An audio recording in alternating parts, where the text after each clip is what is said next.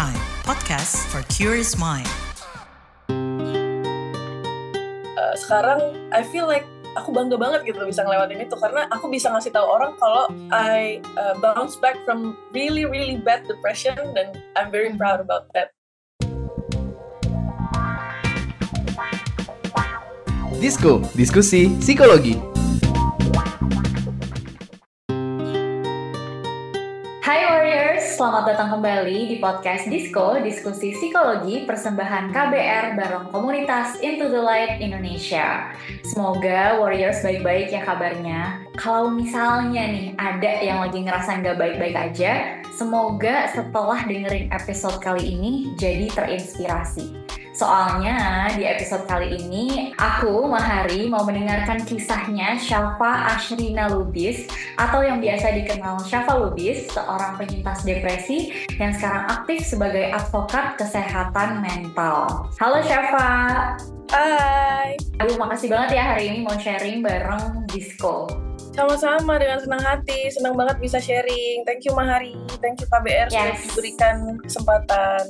Yes, dan konten ini dibuat oleh KBR Media dengan pendanaan dari Social Impact Reporting Initiative Project One IFRA Women in News berdasarkan kebijakan dan panduan editorial KBR Media dengan tetap mempertahankan independensi editorial KBR Media. Nah, Syafa nih aktif banget di media sosial berbicara soal pentingnya kesehatan mental hingga melawan stigma-stigma yang ada di masyarakat. Kalau kita lihat bio di Instagramnya, I talk about mental health, wellness, and books. Jadi kalau misalnya teman-teman Warriors tertarik, boleh sambil di stok ya Kak Syafanya ini. Nah, gimana nih Syaf? Saat ini lagi sibuk apa? Belakangan ini sebetulnya sibuknya kerja, konten, sama paling organisasi aja sih, Into the Light.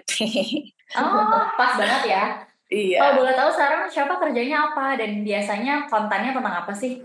Aku sekarang kerja jadi asisten psikolog karena insya Allah mau ambil profesi pengen banget jadi psikolog klinis. Amin, semoga lancar. Selain itu kontennya itu kebanyakan belakangan ini lagi tentang kesehatan mental dan juga wellness karena aku belakangan ini lagi sering olahraga. Oh, jadi kesehatan mental dan kesehatan fisik juga ya sekaligus. Iya. Oke. Kalau misalnya di komunitas itu biasanya ngapain, Syaf? Kalau di komunitas itu sebetulnya pas lagi aktif-aktifnya itu awal-awalnya banget. Jadi pas awal-awalnya itu kita kayak dikasih pembekalan sama Into the Light, diberitahu tentang jurnal-jurnal yang penting yang mesti dibaca, pelatihannya seperti apa nanti sebagai anggota, ngomongin tentang bunuh diri dan lain-lain, itu media guidelines-nya seperti apa dan lain-lain kayak gitu. Tapi kalau belakangan ini sendiri aku lebih aktif di biasanya datang ke acara-acara sama jadi speaker untuk ngomongin tentang pemberitaan bunuh diri dan juga gimana sih cara ngomongin tentang bunuh diri itu supaya nggak triggering buat orang lain kayak gitu. Jadi aktif psikoedukasi lah ya ke masyarakat gitu. Benar. Nah sebenarnya kan kalau misalnya kita nge-stalk Syafa ya, kita akan tahu bahwa Syafa ini lumayan open tentang apa yang pernah dilalui Syafa, yaitu adalah Syafa pernah didiagnos depresi. Mungkin boleh diceritakan sedikit kali ya Syaf, kira-kira waktu itu kayak gimana sih dan senyamannya kamu aja ya. Oke, jadi sebetulnya gini sih, aku tuh pertama kali depresi itu adalah aku konsepnya waktu itu udah jadi content creator gitu. Jadi pas zaman aku pertama kali didiagnosa depresi itu, aku udah lulus psikologi, udah masuk Into the Light, udah mengerti gimana sih rasanya jadi depresi. Rasanya gimana sih kalau ingin mengakhiri hidup ataupun gimana sih cara diagnosa yang benar, gimana sih kita harus ke psikolog, harus ke psikiater dan lain-lain kayak gitu. Jadi aku udah tahu duluan dari sebelumnya. Jadi waktu itu aku itu sedang melewati masa yang lumayan sulit di kehidupan aku. Nggak cuman kayak keluarga doang, tapi juga percintaan juga. Terus waktu itu juga karir juga. Jadi lagi kayak existential crisis lah ya. Karena waktu itu umur aku 24 dan sebetulnya normal banget, valid banget untuk seorang dewasa muda umur 24 tahun merasakan existential crisis. Tapi karena aku merasakan hal yang tidak nyaman, akhirnya aku mencoba untuk pergi ke psikolog. Setelah ke psikolog, akhirnya aku sudah mendapatkan diagnosa depresi dan gangguan cemas. Namun akhirnya aku coba ke psikiater karena saat aku berkali-kali ke psikolog, sepertinya banyak hal yang membuat aku merasa kayaknya aku butuh obat gitu. Akhirnya aku ke psikiater dan akhirnya aku minum obat kayak gitu sih. Jadi pas aku tahu aku tuh udah ngerasa red flag-nya, udah ngerasa kayak aku depresi, itu aku udah mengerti tentang kesehatan mental kayak gitu, Mahari. Wow, ini perspektifnya unik banget sih karena biasanya ya yang cerita mereka ngalamin gangguan itu mereka justru belum punya pengetahuan tentang kesehatan mental. Tapi justru Syafa udah tahu, udah punya pengetahuannya, udah aware. Kemudian ketika akhirnya ternyata itu terjadi, bisa dibilang mungkin Syafa ngalamin kayak episode gitu kali ya. Iya. Itu Syafa bisa langsung recognize dan langsung seek help ke profesional. Kalau Benar. boleh tahu waktu itu apa yang bikin Syafa benar-benar ngerasa oke, ini aku butuh bantuan sih. Jadi sebetulnya kan karena aku sendiri belajar tentang tanda-tanda keinginan untuk mengakhiri hidup, tanda-tanda depresi dan lain-lain. Jadi sebetulnya aku udah tahu nih kayak apa sih yang harus diperhatikan dari perasaan gak nyaman itu sendiri. Maksudnya kan kita sering sedih, kita sering merasa gak nyaman gitu. Tapi gimana sih kalau udah red flag tuh seperti apa gitu. Nah dari dulu tuh kalau aku nonton misalnya pembekalan dari Into the Light gitu ya, aku merhatikan dan lain-lain, suka ada tulisan kayak trigger warning. Semoga ini tidak nge-trigger, jadi kalau misalnya kira-kira akan men-trigger, silahkan teman-teman bisa keluar dan lain-lain gitu. Nah dari dulu tuh aku selalu wonder gitu loh sama Hari, kayak gimana sih rasanya ke-trigger? Kayak gue nggak relate deh, gue nggak pernah ngerasain gitu. Ternyata aku pas mulai depresi itu, aku memang suka kepikiran, tapi aku kira tuh semua orang pernah kepikiran untuk mengakhiri hidup gitu. Jadi menurut aku kayak normal-normal aja deh gitu. Lalu sampai akhirnya aku baca bukunya itu buku novel Jepang yang dimana menceritakan soal orang yang depresi dan ingin mengakhiri hidup. Itu bukunya Haruki Murakami yang Colorless Tsukuru Tazaki. Terus aku baca, terus aku kayak gak nyaman banget, aku ngerasa kayak aku gak bisa keep reading this gitu. Terus aku berhenti, terus aku baca lagi yang lain. Haruki Murakami ini memang terkenal suka menulis tentang depresi. Terus aku aku baca yang lain, dan tulisannya membuat aku trigger lagi. Aku ngerasa kayak banyak hal yang harusnya bikin aku enjoy, malah gak menarik lagi gitu. Kayak baca buku, jadi aku takut ke-trigger. Terus aku jadi gak pernah olahraga, males. Aku males gerak, terus aku pengen di rumah aja nge-scrolling. Males kerja, males ketemu temen. Pokoknya banyak hal yang ngebuat aku ngerasa, this is not Syafa Lubis gitu. Terus akhirnya aku langsung kayak, oke, karena aku sering ngomongin tentang mental health, aku selalu bilang menormalisasi pergi ke profesional, it's time for me to do the same gitu. Yes, aduh aku senang banget dengernya karena Syafa benar-benar walk the talk ya. Maksudnya dia ngomongin tentang mental health, advocating for that, dan ketika mental health Syafa nggak baik-baik aja, ya dia juga seek professional gitu ya, dan mau mengakui kalau dia nggak baik-baik aja.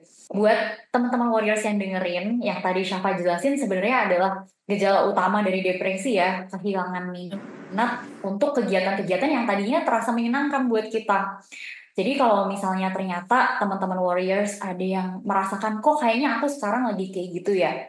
Tapi teman-teman pelan-pelan ya, jangan self-diagnose, coba seek professional help, cari tahu apakah teman-teman betul-betul mengalami gejala depresi atau mungkin ada hal-hal lain yang perlu dikonsultasikan supaya teman-teman bisa ngerasa lebih baik lagi. Nah, balik lagi ke Syafa, sebenarnya aku penasaran gitu ya. Berarti Syafa tuh udah tertarik untuk memberikan psikoedukasi atau mengadvokasikan hal-hal terkait kesehatan mental ini sebelum Syafa ngalamin episode depresi dan cemas ini ya?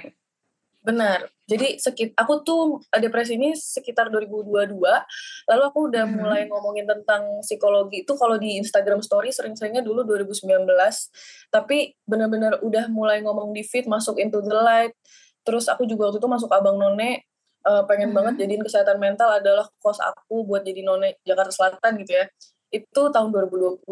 Jadi tahun 2020 udah mulai ngomongin banget sih.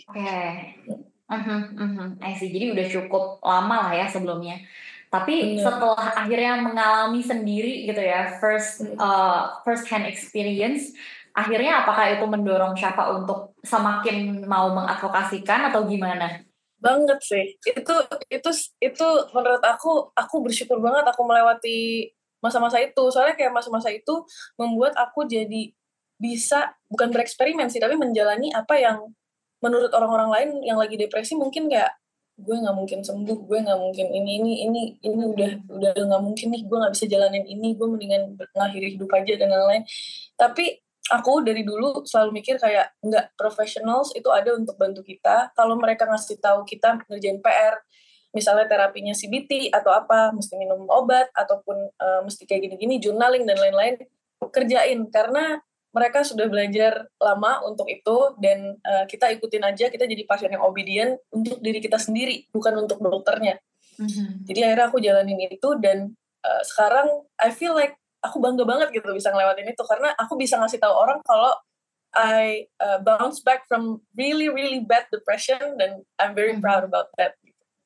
Yes, jadi udah benar-benar kebangun resiliensinya Syafa dari mengalami itu semua. Dan aku suka banget lagi Syafa ngomong tentang pentingnya kita obedient terhadap apa yang dikasih tahu profesional ya, baik itu psikolog ataupun psikiater. Kalau misalnya memang dikasih PR, dikasih obat, itu diminum ya, dilakukan ya gitu. Dan kalau misalnya mau berhenti pun itu juga ada caranya loh gitu, nggak bisa langsung ujuk-ujuk kayaknya aku udah ngerasa enakan terus langsung berhenti minum obat gitu. Jangan ya warriors ya. Nah, sebenarnya selain being obedient terhadap apa yang psikolog dan psikiater bilang, patuh terhadap apa yang mereka sampaikan atau mungkin sarankan, apa sih yang menurut Syafa bikin Syafa tuh bisa survive dan akhirnya ada di titik ini sekarang? Menurut aku sebetulnya nggak cuman apa yang psikiater atau psikolog bilang, misalnya ngasih PR dan lain-lain obedient itu penting, tapi juga kita sendiri saat ngelakuin journalingnya, let's say, aku disuruh journaling waktu itu ya, Mahari. Jadi, pas journalingnya itu aku menginternalize apa yang aku tulis. Jangan kayak menjalani journaling itu sebagai PR yang diberikan oleh si profesional. Tapi journaling ini benar-benar dijadikan untuk aku mengenal diri aku sendiri, refleksi terhadap apa yang aku rasain. Aku jadi tahu trigger-triggernya seperti apa, dan aku jadi mengenal diri aku sendiri. Dan di saat kita udah mengenal diri kita sendiri, itu semua jadi terasa lebih ringan sih. Jadi kita tahu kita happy kalau kita ngapain. Jadi lakukan itu di saat kita butuh happy. Kita sedih kalau kita lagi ngapain, kita ketemu siapa, ataupun kita diapain. Jadi kita menghindari situasi-situasi tersebut. Jadi kalau kita udah tahu apa yang harus dihindari dan apa yang harus di-keep, yaudah. Jadi udah simple aja gitu, udah tahu kotak-kotaknya seperti apa. Iya ya, jadi apa ya, mungkin karena kita mengenali diri kita, seperti apa, kebutuhannya juga apa, akhirnya dalam membuat keputusan sehari-hari juga jadi lebih mudah karena kita udah tahu yang kita benar-benar perlukan dan yang baik untuk kita itu yang seperti apa ya. Oke, kita akan break dulu nih sebentar Warriors. Setelah ini kita akan lanjut ngomongin gimana pengalaman Syafa menjadi advokat kesehatan mental. Stay tune ya. Bagaimana kamu melihat cinta? Seberapa jauh eksplorasimu soal cinta? Nikah, pacaran, cinta aja nggak cukup gitu. Tapi kalau saya bilang cinta aja tuh cukup. Makna cinta, Cile, aduh.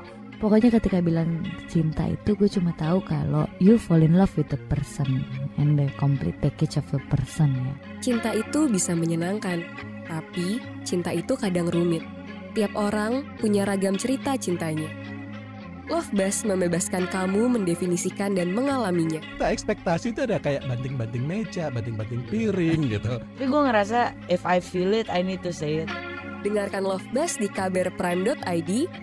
Tersedia juga di platform mendengarkan podcast lainnya. Love Buzz, membicarakan perkara yang tidak dibicarakan ketika berbicara perkara cinta. Oke Warriors, breaknya udah. Yuk kita lanjut lagi ngobrol sama Syafa Lubis. Oke Syaf, gimana nih? Tadi kan udah cerita ya ngalamin episode depresi dan juga kecemasan sampai akhirnya perlu minum obat, perlu rutin ke psikolog dan juga ke psikiater. Pengen tahu sih sebenarnya selama ngejalanin itu dengan awareness dan pengetahuan yang kamu punya, ada nggak sih stigma-stigma yang kamu dapetin dari lingkungan sekitar? Atau pada support semua gitu? Ada banget sih, Mari. Jadi pas pertama kali, ada banget. Tapi aku take it as light as I can aja. Contohnya, pas pertama kali aku ke psikiater, ayah aku bilang, kenapa kamu ke psikiater? Buat apa? Nanti kamu minum obat, gini, psikolog aja.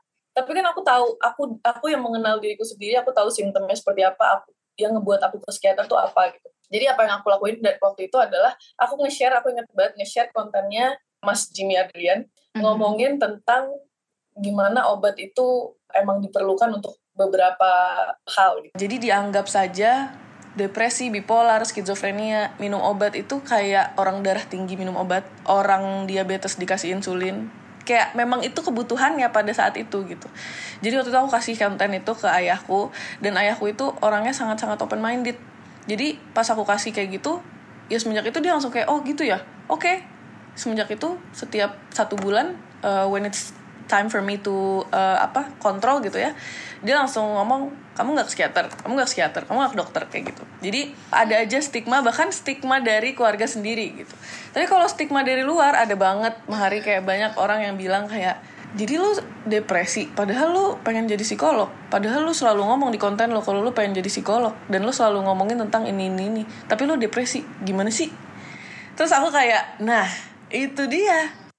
Jangan menganggap kalau psikolog dan juga psikiater ini bukan manusia. Mereka juga mungkin butuh terapi di saat mereka lagi butuh gitu. Jadi apalagi seorang content creator yang ngomongin kesehatan mental. Bukan berarti aku ngomong kesehatan mental, aku langsung bebas dari apapun yang bisa mengganggu kesehatan mental aku gitu. Jadi ya capek sih. Kalau itu yang ngomongin itu udah banyak banget, Mahari, kayak mungkin lebih dari 5 gitu. Wow. Karena teman-teman jadinya kayak, oke, aku harus dingin menjelaskannya dengan jelas gitu. Terus ya udah, jadi aku jawabin kayak gitu. Tapi kalau stigma dari netizen di luar teman-teman nggak ada sih, Mahari. Kayak maybe kadang kayak engagement kontennya dikit kalau menurut mereka tidak menarik gitu. Tapi other than that, mereka nggak pernah komen kayak, gimana sih gini-gini gitu. Nggak pernah ke aku. Oke. Jadi sebenarnya justru malah respon negatif atau stigma yang didapetin dari orang-orang terdekat ya.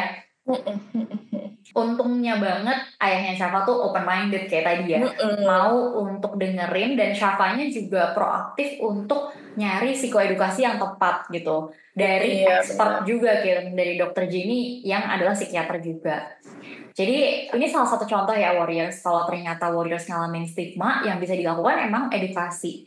Tapi masalah nanti siapapun ini menerima psikoedukasi kita atau enggak, itu lain cerita ya kan. Bener. Tapi yang penting kita lakukan apa yang bisa kita lakukan.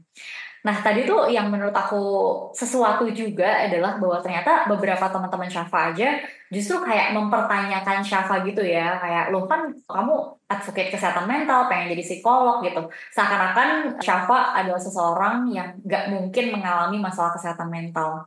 Padahal ya, ini pendapatku, kalau ketemu psikolog atau psikiater yang justru mereka itu berobat juga, mereka juga konseling, itu adalah tanda bahwa mereka walk the talk gitu ya. Mereka betul-betul serius loh dalam mengadvokasikan pentingnya mendapatkan bantuan profesional. Jadi semoga teman-teman juga pelan-pelan bisa nangkep itu ya, bahwa pergi ke psikolog atau psikiater tuh bukan berarti ada yang salah loh sama kita, tapi justru kita ada di journey untuk healing, journey untuk menjadi ya tadi ya versi diri kita yang lebih sehat dan lebih baik lagi. Aku senang banget dengarnya. Semoga nih teman-teman Warriors lain inspired juga from Syafa. Dan so far tadi katanya kalau dari netizen responnya positif ya Syaf ya. So far belum pernah ada yang kayak negatif gitu, kayak ngapain sih Kak share tentang kesehatan mental terus gitu, nggak ada. Belum, kayak aku juga senang sih tentang itu. Maksudnya kayak maybe my content reach the right person, right people juga gitu. Karena kan kebetulan belum masif juga gitu ya. Aku nggak tahu deh kalau misalnya kayak followersnya udah MM-an gitu, mungkin beda lagi ya, Mahari pasti ada aja gitu. Tapi so far malahan banyak yang curhat gitu. Dan menurut aku ya maksudnya mungkin mereka juga belum tahu kalau ada bedanya gitu. Belum profesi sama udah profesi gitu. Mungkin mereka ngiranya kalau aku ngomongin kesehatan mental berarti aku sudah bisa jadi psikolog gitu. Cuman ya lucu aja. Jadi nanti aku pasti kayak ngasih tahu advice sesuai kapabilitas aku, terus aku bakal bilang, kamu jangan lupa ya pergi ke professional help kalau memang sudah tidak nyaman dan mengganggu aktivitas sehari-hari gitu. Jadi aku selalu advokasi untuk pergi ke profesional. Oke. Berarti so far respons yang didapetin tuh kayak mereka curhat. Terus ada lagi nggak selain itu mungkin respons lainnya? Responsnya selain curhat itu biasanya kayak, nih teman aku gini-gini, kayak pakai fake account kayak gitu. Tapi mereka kebanyakan curhat.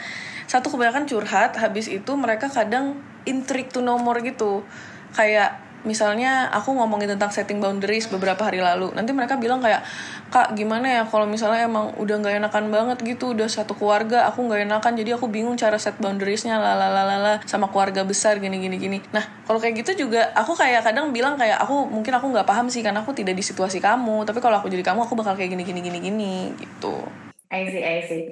Jadi Syafa kayak jadi punya komunitas gitu ya sama followers-followersnya, di mana mereka bisa minta advice dan juga bisa curhat-curhat juga sama Syafa dan bareng-bareng belajar tentang kesehatan mental. Iya. Nah siapa tahu nih ya ada beberapa warriors yang ngerasa aku juga pengen deh jadi advokat kesehatan mental, minimal buat teman-teman atau orang-orang di sekitar aku, buat circle yang ada di social media aku gitu. Gimana sih Syaf caranya untuk jadi advokat kesehatan mental? Wah, menurut aku being an advocate itu kayak caranya adalah mulai aja sih. Menurut aku kayak as simple as pertama-tamanya reposting other stories about mental health. Misalnya mau ngomongin tentang mental health, bisa advokat tentang apapun itu. Itu hanya dimulai dari keinginan untuk mulai, satu, terus mulai aksi mulainya. Sama yang ketiga, kalau di sosial media itu banyak orang suka merasa gengsi sih, Mahari. Menurut aku itu perlu dihapus rasa gengsinya. Bukan berarti tidak boleh gengsi, karena aku kadang kalau ngepost sesuatu aku suka mikir apakah ini menarik untuk banyak orang, dan nanti turns out yang like cuman 90, nggak nyampe 100. Tapi it's okay, karena menurut aku yang aku omongin itu penting, dan whoever the content reach to, mungkin hanya 5 orang yang baca beneran atau mungkin cuma 20 orang, it's okay, karena bantu satu orang aja udah berarti loh gitu buat orang itu gitu. Jadi aku selalu, jadi beberapa belakangan ini aku selalu mikir kayak mau konten aku engagementnya jelek, mau kayak gimana, yang penting apa yang aku post tuh matters, dan ada beberapa orang mungkin di luar sana yang butuh ini gitu. Nggak usah dipikirin ke depannya kayak gimana, apakah teman-teman kamu bakal nilai kamu aneh atau apa gitu, kayak gitu-gitu. Dulu aku ada perasaan kayak gitu, tapi lama-lama ternyata nggak penting gitu, kayak yang penting aku lakuin aja apa yang menurut aku bisa bantu orang lain. Yes, benar. Dan apa ya, kayaknya tuh banyak loh orang yang sebenarnya punya masalah kesehatan mental, tapi karena lingkungan di sekitarnya nggak ada yang terbuka ngomongin tentang isu-isu kesehatan mental, akhirnya mereka bingung mau curhat sama siapa, mereka bingung harus ngelakuin apa gitu. Dan kalau kamu adalah salah satu orang yang mulai openly berbicara tentang kesehatan mental, mereka bisa jadi terbantu oleh kamu gitu. Dan rasanya ngebantuin orang, rasanya punya impact, itu enak banget ya Syaf ya. Benar banget. Dan kayak beberapa hari lalu Mahari ada banget nih orang nyapa aku, senior aku, tiba-tiba dia nyapa kayak dia bilang, Syaf, karena kamu selalu nyuruh followers kamu untuk pergi profesional, aku baru aja pergi profesional dan aku mendapatkan bisa. Terus dia cerita, dan dia bilang, makasih ya Syaf, kamu selalu ngepost kayak gini, menurut aku diagnosa ini akan sangat membantu aku ke depannya, dia jadi tahu apa masalahnya, harus diapain, dan lain-lain kayak gitu. Dan aku ngerasa kayak, padahal selama ini orang ini silent reader loh, alias dia tidak pernah nge-komen apa-apa, terus tiba-tiba dia langsung ke psikiater gitu. Berarti kan maybe there are more people like that, maybe 3 people, or maybe 5 people, aku nggak tahu. Jadi ya, as long as it can help even just one individual tuh udah matters banget. Aku udah kayak sampai suka terharu sendiri. Padahal aku cuma ngepost doang gitu. Yes.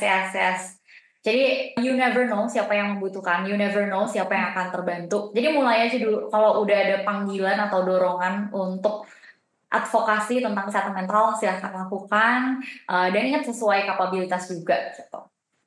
Oke, ini terakhir banget sebenarnya mau nanya Syafa, sebagai penyintas depresi, apa sih pesan yang mau kamu sampaikan ke masyarakat? Pesan yang mungkin penting banget dan selalu aku bilang kalau misalnya ditanya pesan tentang kesehatan mental adalah being open about whatever we feel inside sih. Menurut aku kayak mungkin gak semua orang nyaman untuk cerita sama orang lain, tapi being open to ourselves about what we feel itu penting banget. Jadi dimulai dari mungkin journaling atau mengenal diri sendiri dan lain-lain, itu penting banget. Dan yang kedua adalah kalau misalnya dari mengenal diri tersebut merasa ada yang perlu di-adjust atau mungkin ada yang tidak nyaman, pergilah ke profesional, karena pergi ke profesional itu akan sangat membantu. walaupun banyak orang bilang kan cocok-cocokan, belum tentu sama psikolog ini cocok, belum tentu sama psikiater ini cocok. Benar, tapi menurut aku cocok ataupun gak cocok pasti ada yang bisa kamu pelajari dari satu sesi itu, dan it's worth it. Yes, thank you so much Syafa udah mengadvokasikan itu semua, karena aku setuju banget sebagai psikolog. Emang ngelihat orang sebagai psikolog, menurutku hal yang paling penting dalam proses pemulihan seseorang itu adalah ketika dia bisa jujur sama diri sendiri atas keadaan dia saat ini. Karena seringkali yang menghambat pertumbuhan seseorang itu justru karena kita nggak mau jujur sama keadaan kita. Denial lah ya bahasanya.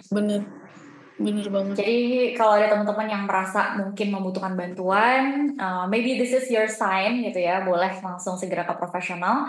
Atau kalau dia ngerasa kayaknya orang terdekat aku ada yang butuh bantuan, yuk didukung, ditemenin, disupport supaya dia bisa dapatkan bantuan profesional itu. Karena orang yang mengalami depresi ataupun masalah kesehatan mental lainnya itu rentan banget mengalami kesepian. Jadi kalau teman-teman bisa ngebantu, bisa nge-support, pasti berarti atau bermakna banget untuk mereka. Oke, Warriors, kalau gitu sampai di sini dulu podcast Disco kali ini. Thank you banget Syafa udah sharing. Aku ikut inspired juga dengerinnya. Thank you Mahari, thank you KBR sudah diberikan kesempatan sharing. Yes, terima kasih juga buat semua teman-teman yang udah mau download dan dengerin podcast ini. Semoga bisa membantu menghapus stigma di masyarakat, supaya kita lebih peduli juga terhadap orang-orang di lingkungan sekitar, dan tentunya jangan lupa untuk selalu menyayangi jiwa sendiri. Sampai ketemu lagi di podcast episode selanjutnya, dengerin di kbrprime.id. Aku Mahari, pamit undur diri dulu ya. Bye-bye! Disko, diskusi psikologi.